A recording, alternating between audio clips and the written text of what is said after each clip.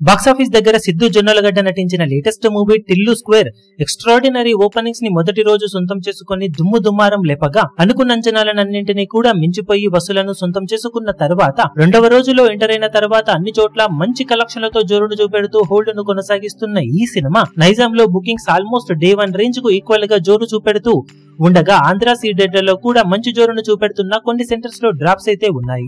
అయినా కానీ రెండవ రోజు మొత్తం మీద ట్రాక్ చేసిన సెంటర్స్ ను బట్టి చూస్తూ ఉంటే అవలీలగా సినిమా 5 కోట్ల రేంజ్ కు అటు ఇటుగా షేర్ అందుకునే అవకాశం ఉండగా అన్ని చోట్ల ఆఫ్లైన్ టికెట్ సేల్స్ లెక్కలు కనుక బాగుంటే 5.5 కోట్ల నుండి 6 కోట్ల రేంజ్ దాకా షేర్ అందుకునే అవకాశం పుష్కలంగా ఉంది ఈ సినిమాకు.